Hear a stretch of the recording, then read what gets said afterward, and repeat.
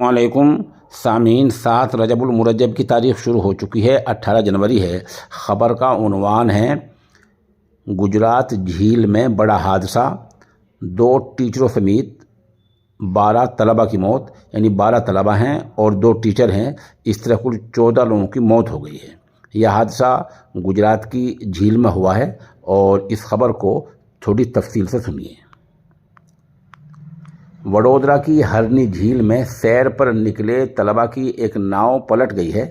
इसमें 12 तलबा समेत 2 टीचरों की मौत हो गई है, जबकि लगभग 10 ज़ख्मी हुए हैं। इसके साथ ही 7 तलबा को इलाज के लिए अस्पताल ले जाया गया है। शुरुआती जानकारी के मुताबिक नाव में 4 टीचर समेत 23 बच्चे मौजूद थे। गौरतलब है कि कई लोग अभी भी इनमें लापता हैं। शुरुआती जानकारी में बताया गया कि ये तलबा हरनी झील में स्कूल ट्रिप पर आए थे और यह हादसा हो गया। हादसे की इत्तला मिलते ही कलेक्टर समेत आला अफसरान भी मौके पर पहुंच गए हैं। इसके अलावा बचाव टीम भी मौके पर पहुंच गई है और 6 तलबा को झील से निकाला जा चुका है। खबर अभी लगातार अपडेट हो रही है। आप हमारे साथ बने रहें, जैसे कुछ खबर आएगी हम आपको मुत्तला करते रहेंगे।